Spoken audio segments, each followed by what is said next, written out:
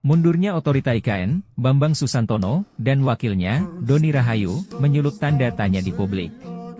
Salah satunya adalah, target pembangunan IKN dari pemerintah terlalu ambisius, sehingga orang-orang profesional macam Bambang dan Doni pun tak sanggup untuk menyelesaikannya.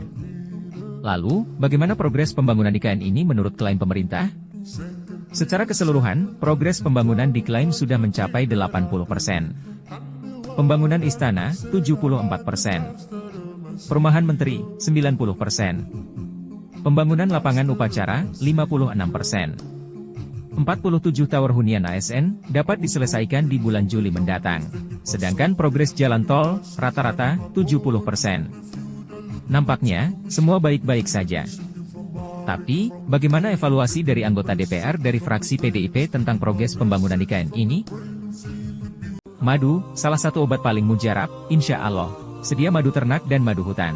Dihasilkan oleh lebah dari nektar bunga asli, bukan dari gula yang dimakan lebah. Proses higienis, kemasan praktis dan elegan. Garansi 1 juta rupiah jika terbukti madu kami tidak asli. Terbaik, madu kelanceng, dari lebah spesial. Hubungi. Setelah mundurnya Kepala Otorita IKN dan wakilnya, Bang Deddy melihatnya seperti apa dari sudut pandang fraksi PDIP? Ini tuh mereka mundur atau dimundurkan sih sebenarnya? Ya kalau saya melihat lebih cenderung bahwa mereka itu diminta mundur atau dengan terpaksa mundur. Karena apa? Karena target-target yang diberikan pemerintah kepada mereka itu tidak tercapai.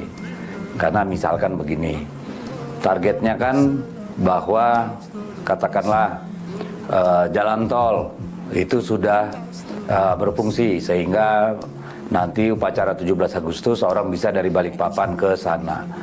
Ternyata kan hanya satu ruas yang jadi, itu pun masih fungsional. Artinya belum diaspal, hanya agregat diperkeras gitu ya.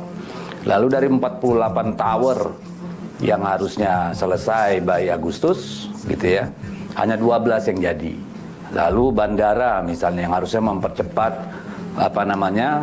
mereka sampai di daerah IKN untuk merayakan 17 Agustus itu baru runway yang jadi ya, sisi daratnya belum, jadi tidak ada terminal apapun segala macam, dan itu hanya bisa satu pesawat, dan hotel pun hanya ada satu, itu dengan 191 kamar yang saya dengar, sehingga akhirnya apa, rencana yang tadinya mau dihadiri 8.500 orang untuk perayaan 17 Agustus akhirnya cuma sekitar 1.500. Saya nggak tahu karena saya dengar PJ Gubernur DKI juga sudah menyusun alternatif kalau yang di IKN belum tercapai. Nggak jadi berarti di sana? Ada plan B lah kan kira-kira seperti itu. Jadi memang banyak persoalan di sana yang belum terselesaikan oleh para pimpinan otorita kemarin. Tetapi ini kan akibat juga dari situasi yang kompleks. Ekosistemnya itu kan dibangun tidak mungkin dalam 2-3 tahun ekosistem itu. Bayangkan untuk air saja itu harus pakai truk terus-menerus ya. Karena air di sana itu tidak layak untuk minum, untuk konstruksi juga tidak memadai ya. Lalu banyak kegiatan yang dilakukan, groundbreaking misalnya.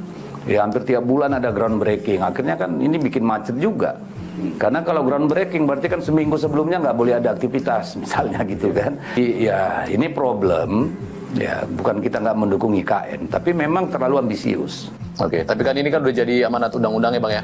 Kita tahu juga PDI juga salah satu fraksi yang saat itu mendukung IKN. Di Rakernas kemarin, salah satu keputusan rekomendasi Rakernas juga meminta penyelesaian IKN, mendukung untuk terus menyelesaikan IKN.